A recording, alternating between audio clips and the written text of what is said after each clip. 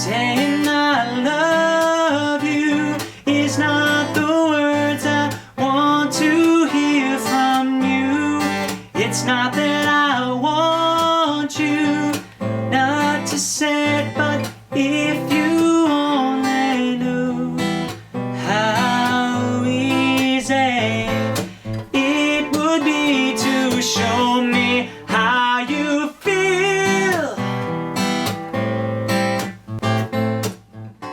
So the first song in the Pluck and Chuck guitar series is More Than Words by Extreme.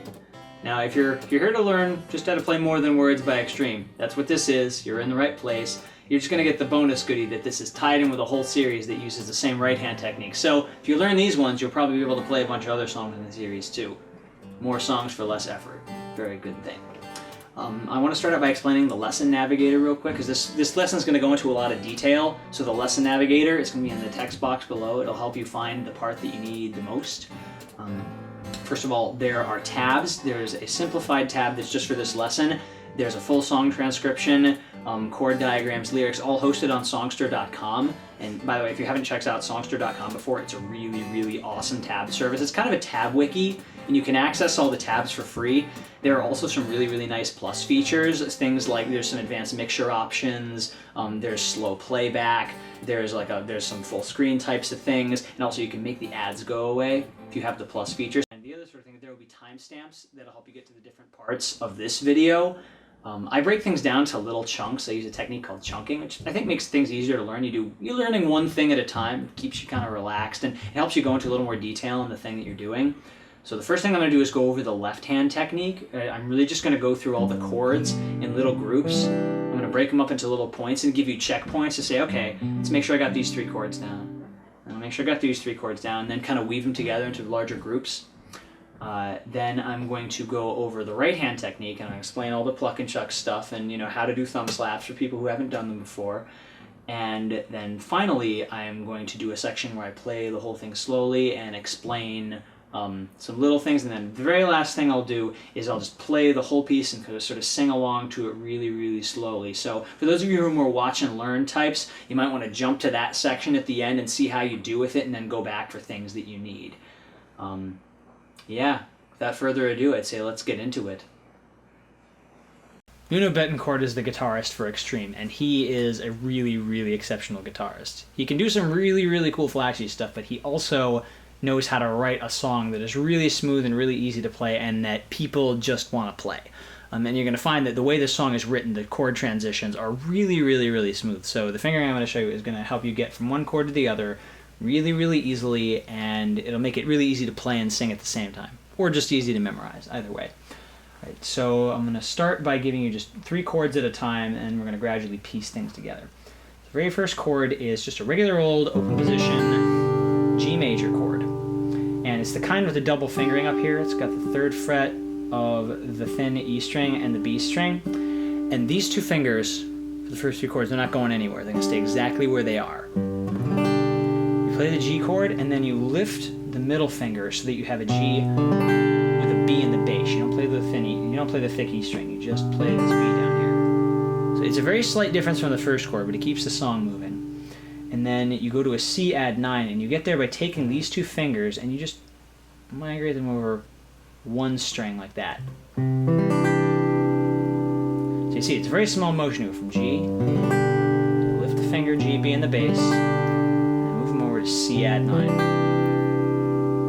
So take a second, check yourself on those 3 chords, make sure you got that down, and then we'll go to the next group. The next group is based around an A-7 chord, and the way you get it is pointer finger on the 1st fret of the B string, and middle finger on the 2nd fret of the D string, and you play just 5 strings. Leave the thick E string out of it.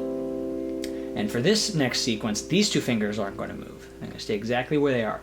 You play this first chord, and this is an A-7, and then you're going to put your ring finger on the 2nd fret of the G string, and your pinky on the 3rd fret of the thin E string. And this is going to give you another voicing of A-7. It's still A-7, you just play slightly different notes. A minor to A-7. Then you pick up those 2 fingers that you just put down, and you put the ring finger over on the 3rd fret of the A string to give you just regular old open position C major chord. So checkpoint. We have Am7, Am7 voicing number 2, and C major. So see if you can remember how to put that together with the first 3 chords that we did and string that into a thing. So this one we have saying I love you is not the words I want to. And to get to hear from you, we go to a D chord. Your pointer finger on the 2nd fret of the G string, your ring finger on the 3rd fret of the B string, and your middle finger on the 2nd fret of the thin E string. And the reason you want it like this is because then you can just put your pinky down on the 3rd fret of the thin E string. That gives you a D sus4 chord, and then you're really, really close to going back to the beginning of the progression, which is what happens next. And you notice these are the 2 fingers that were planted in the first 3 chords we did. So all you do is lift these 2 fingers up and bring them back over here to a G chord. And then you basically start that whole thing over again. So the last thing that happens there, we have this D chord, it goes to a D sus4 chord, and then we play a G chord. That's the beginning. So this is basically the chord progression for the intro and for the first part of the verse. So I'll play it and sort of mouth the words along. To G, G with the B in the bass, to a C add 9 is A-7, to a C and a D sus4 G. And then you play that same thing. It's G, C add 9 and A-7, but C to D sus4, and then we get to the second part of the verse by going to an E minor chord instead of going back to the G. And you do that with pointer finger 2nd fret of the A string, middle finger 2nd fret of the D string. And now you could do this chord with some other fingers, but this fingering will let you get back to the next chord a little more easily. All you gotta do is lift your pointer finger, put it right over here on the 1st fret of the B string, and hey, it's that A-7 chord we had before. So the beginning of the verse is this E minor, with that 1 finger to get to this A-7 that we had, and then you're going to leave the pointer finger down this time. You're going to move the middle finger over 1 string, so it's on the 2nd fret of the G string, and put the ring finger down 2nd fret of the thin E string to get a D7 chord. So we had from that point E minor, A-7, D7. So just start with this. We're on a whole new section here. So just take a checkpoint for these 3. If you only knew how easy it would be. And to get to the next part, you go back to a regular old G chord. This is a really important walk down in this song. It gets used a bunch of times. You're at the G chord. You're now going to play a D add 9 with an F sharp in the bass. Now, most people are going to play this with the pointer finger down on the 2nd fret of the thick E string, the middle finger on the 2nd fret of the G string, and you're going to kind of leave this ring finger here on the 3rd fret of the B string. And the top E string, it's open.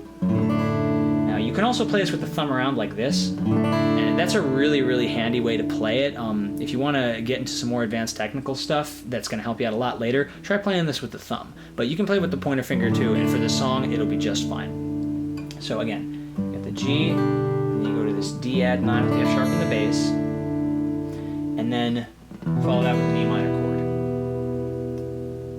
chord. So checkpoint. Let's go back to the beginning of the second part of the verse. We also started with an E minor. If you only knew how easy it would be to show me how you feel. So go ahead and make sure you got that section down, and now we're going to get into the chorus. Alright, so the chorus starts out on the C minor chord. You're saying more than words. It's kind of familiar. Same thing we just had, is all you have to. We just had this E minor, A-7, D7 just a minute ago. It's the exact same thing. and then it's going to go to a G7 chord. We haven't had this before. Now, you at this point, you can also play a regular G chord. Sometimes it sounds nicer because if you play the G7 chord, there's sometimes too much F going on because the F is this note F is in the melody also, in the singer's melody. But I'm going to show you how to play it with the G7 so you know how to do it if you decide you like that. So you do ring finger 3rd fret of the thick E string, middle finger 2nd fret of the A string, and pointer finger 1st fret of the thin E string. And you use this fingering so that you can just kind of close it in. All these fingers can kind of go inward one string. You're back at a regular old C chord. So you go from here, just bring everything in. And that's, let's do a checkpoint real quick. For the beginning of the chorus, E minor. More than words is all you have to do to make it real. Yep. And once you've got that part down, for those of you who haven't done bar chords before, you're going to get your first bar chord right here. You have a C minor right here. Your barring finger is on the 3rd fret, and you do pointer finger 4th fret of the B string, pinky 5th fret of the G string, ring finger 5th fret of the D string. It's kind of like an E, it's like an A minor shape that you've moved up from here to here. So you have a C minor right here. After the C minor, you go back to a regular old open position G chord, and you're going to walk down just the low E string. You can use the pointer finger or the thumb, and then you're going to go to an E minor chord. You can either play it with these 2 fingers like this, or Nuno plays it with a bar like this. And technically that gives you an A right here, but you don't play that note because you pluck it. It's kind of an arpeggio up from the bass. I'll show you how to do that later, but you can either play the C minor like this or like this. Either will do. So let's take it from the C minor real quick. Again, we have the C minor here, the G, and the bass walks down to the C minor. Alright, so let's checkpoint the chorus up to that point. We're starting at the E minor. More than A minor 7 is D7 half to G7. Make it C, then you C minor to G, walk down to A minor, and then to end it, we had the same fragment we had before. A minor 7 to D7 to G.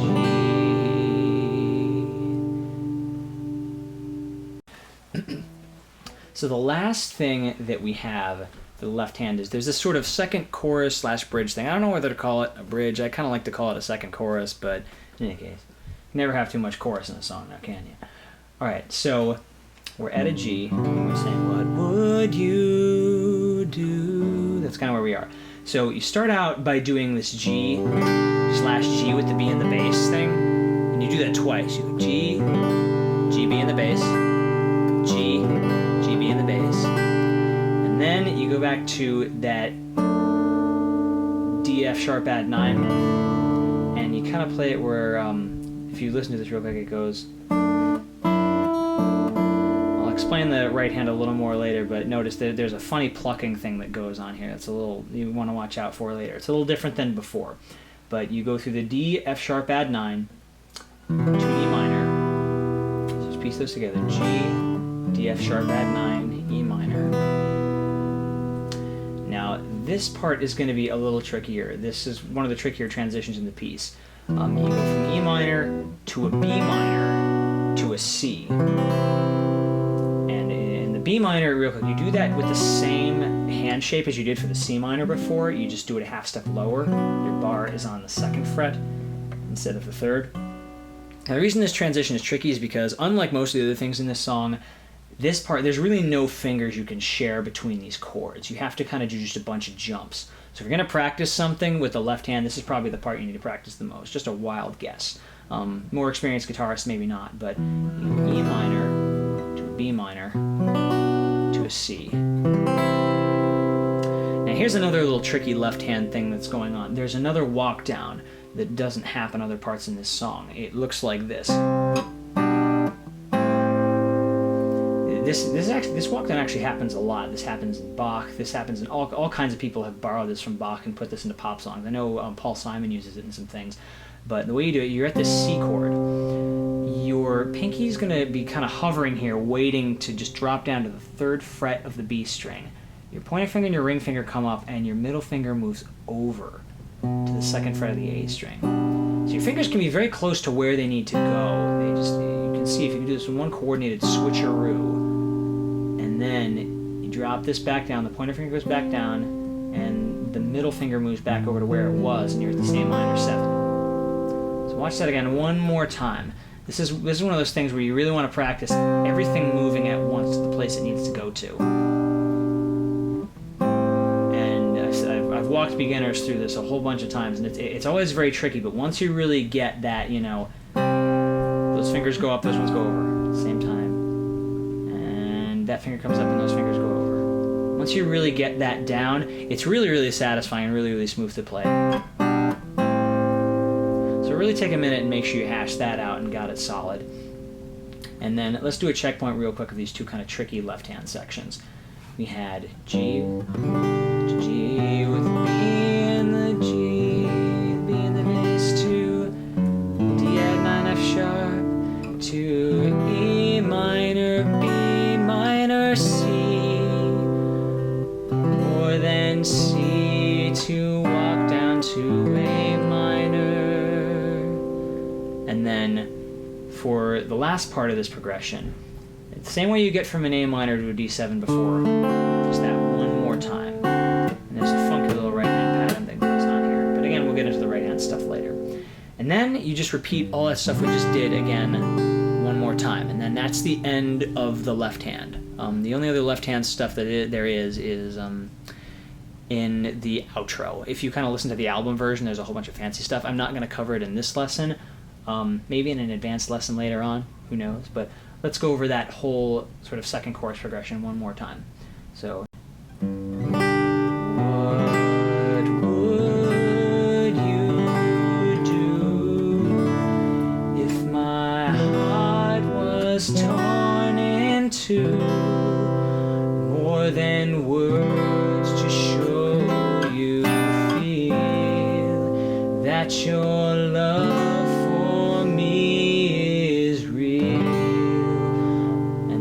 same thing with what would you say if I took those words away?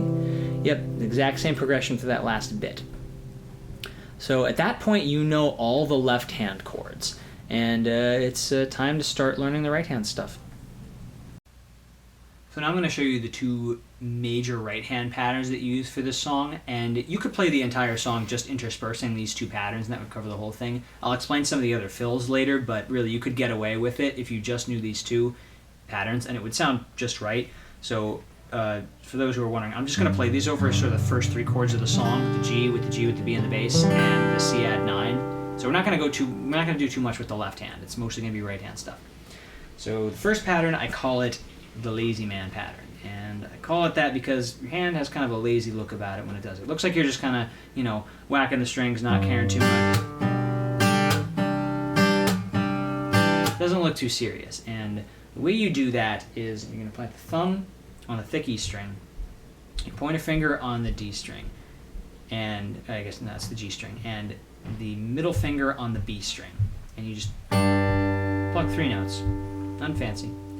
After you pluck those 3 notes, you flick up with the thumb. So pluck, flick. And after you do the flick, you're going to do the slap. Now the key with the slap is, in this song you need to make sure that whatever strings you slap are the next strings you're going to play. So there's an element of anticipation there to whatever the next chord is, but that's part of what's going to make the right hand go very smoothly. So just try to practice it that way if you can. I guarantee you it will pay off later in terms of making it easy to learn new things and just having your right hand be really slick. So again, that pattern is you pluck the 3 strings, do the flick, and the thumb slap. And so if we try that over just the first 3 chords, we have the pointer finger and the middle finger again on the B and the G string. And with this pattern, these 2 fingers are always, always, always on these 2 strings unless you're playing a D chord. When you have the D chord, it's just on the top two strings, but with every other chord, these fingers are going to be planted on these two strings. And that makes it a little easier to remember. The thumb's going to move around a lot more, so I'll explain where the thumb goes individually for every chord.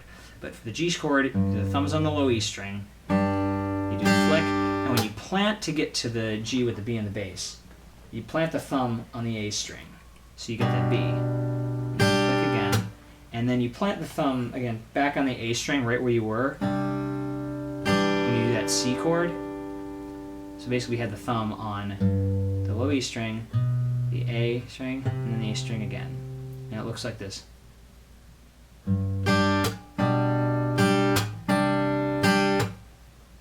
See if you can just get that much so far.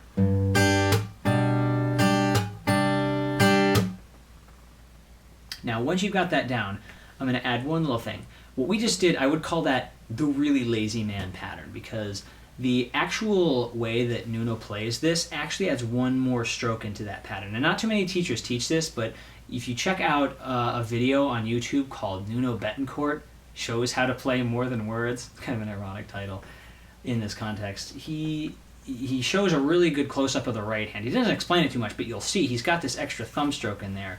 So it's kind of hard to hear, especially on the original recording, but if you listen really carefully, it's there, and in certain parts of the progression, it's more obvious than others. But if you play the whole thing, it looks sort of like this. You plant those plucks like you did before, you pluck the strings, and then you're going to do an extra thumb stroke in there before the flick and the slap. So on the first G chord, it looks kind of like this.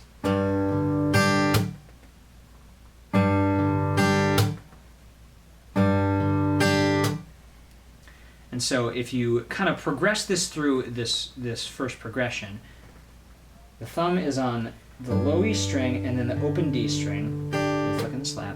Then it's going to be on the A string, the open D string, with the flick and the slap, and then again on the A and the D string, the flick and the slap. And you'll notice whenever there's a chord that uses 6 strings, this is how the thumb tends to go. It'll play the low E string, the D, and then the A and the D. It'll kind of go kind of like that. That's going to happen a lot in this song. So now might be a really good time to just take these first 3 chords and just practice. See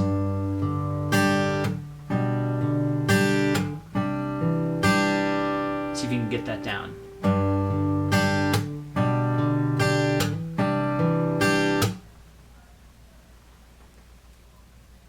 So once you've got that part down, there's one other pattern that gets stuck into this progression, that when you put the first pattern with this new pattern we're going to do, it's what really makes the rhythm in the song iconic. It's what's going to make everyone in the crowd be like, oh, he's going to play more than words. This is how you get that sound.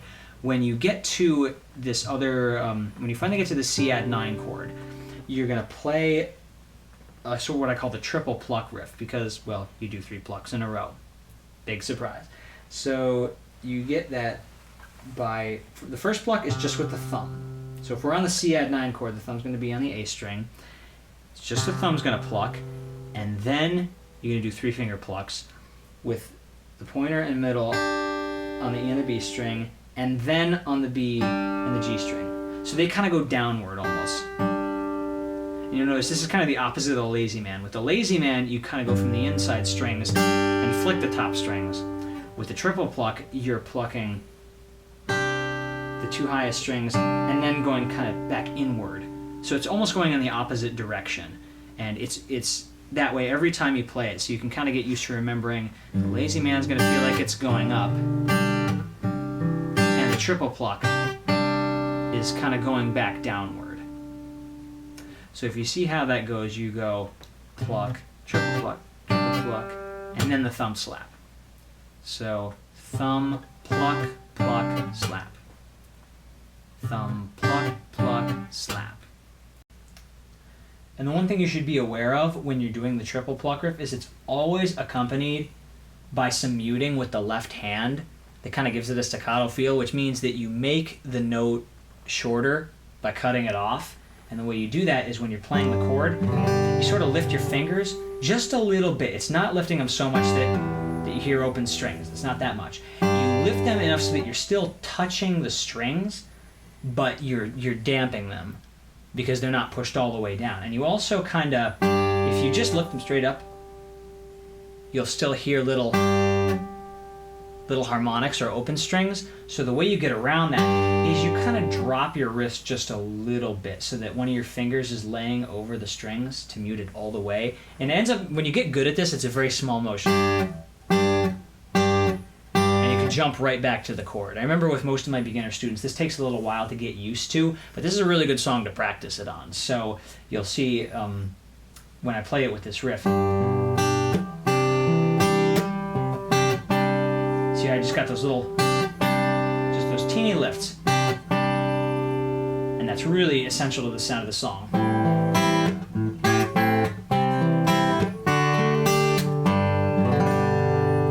So work that into your practicing with that right hand pattern. So once you've got that integrated into the way you do the triple pluck riff, because the staccato is going to be there every single time, so it's good just to practice them together. So once you've got that down, let's try to put those two things together just with these first three chords. So we have lazy, lazy, lazy, and the triple. Try one more time.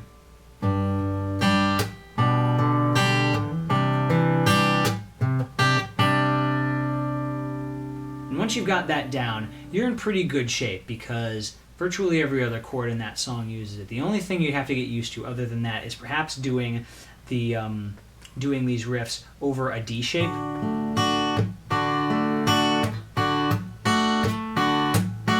Because when you're using a D shape, you have to stick these the pointer finger and the middle finger to the two thinnest strings, and then the thumb's got to be on the D and the G string, and that's a little bit of a different right hand position, so that might take some getting used to.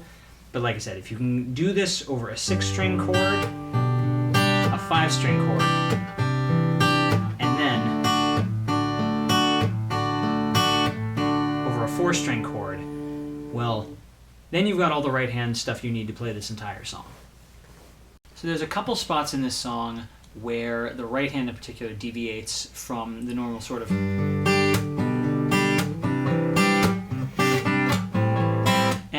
most of those recur around a D7 chord. Usually when a D7 chord happens, something else is going to happen in the right hand. So I'm going to show you that in a couple other spots where things are just a little bit different, so you're ready for them when they come up.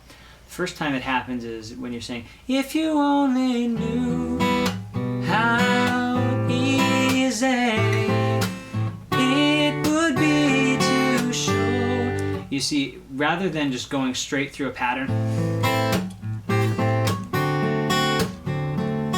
what he does is he kind of stops on the D7 chord a little bit and gives it a little bit of weight. And the way he does it, you're coming in from the A7 chord. You play the open A string with just the thumb, and then you pluck just the 3 notes of the D. So open A, and then your pointer finger and your middle finger are on the E and the B string. So you just go, and then you do a thumb slap to kind of get back into it. And then you're just back into another lazy man. You do a lazy man once on the D7 to finish it. So it's really just those 3 strokes in there, but it's a little bit of an interruption in the rhythm. So let me show you one more time. E minor, A minor 7, thumb, pluck, slap, and then lazy man. So I'll sing along with it this time. If you only knew how easy it would be to show. So take a second, try to work out that little interruption there. And then for this next part, actually right where we left up, it would be to show me how you feel. Right there, you do a little plucking thing. There's no thumb slaps in here this time. You just kind of pluck and let the strings mute. After every single one, you pluck, pluck, pluck, pluck, pluck, and then you go back into lazy man. And these 2 fingers have some string switching going on.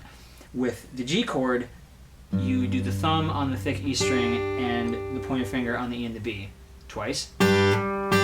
When you get to the Cadd9 F sharp, you do the inner strings first, the B and the G, and then you do the outer strings, the E and the B, and then you do the E minor and you're back into the lazy man.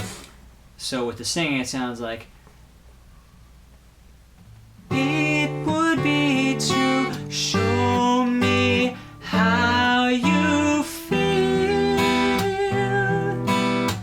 So take a second, see if you can string those two little bits together where you're going from, if you only knew how easy it would be to show me how you feel, and then kind of rolling along.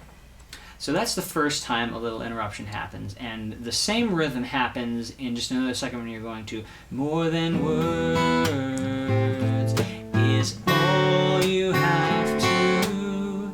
Seem familiar? It's the same thing that happened on the last D7 chord. You have that A, pluck, slap, and then you're back into lazy man. Except this time you're going to a G7 chord and going along. But again, you're just back to a groove there. So we've seen that already before, so that's not too tricky.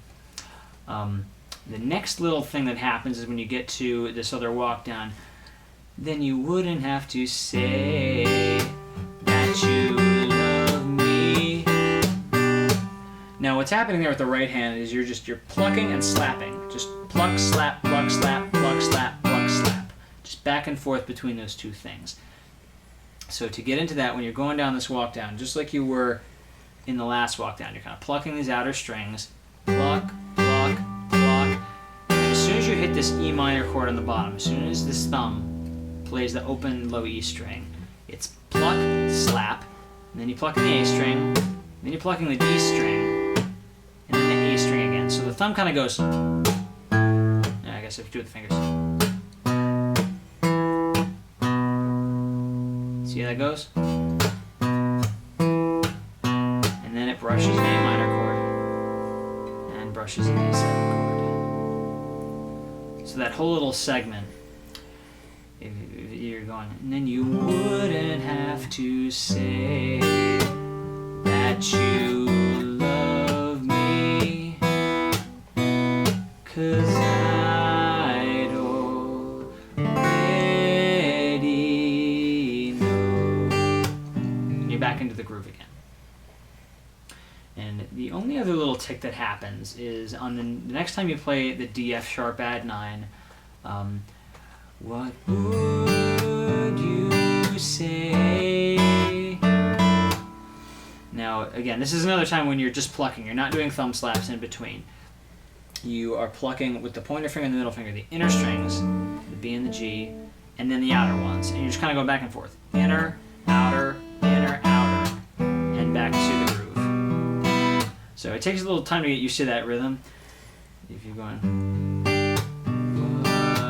what would you do if my heart was torn in two? Sorry, wrong chords there, but I think you get the idea. The key is right here.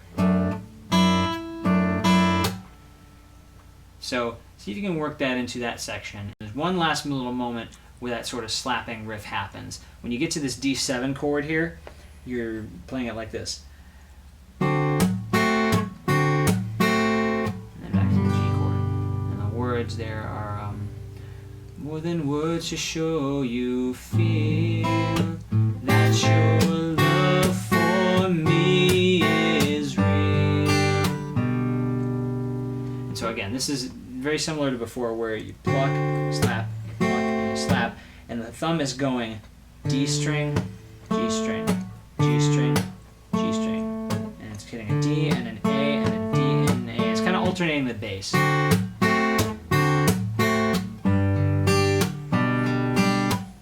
So I think that's the last little tick in this. So if you can work all those little things in there, well, at that point you've got every right hand trick of the entire song.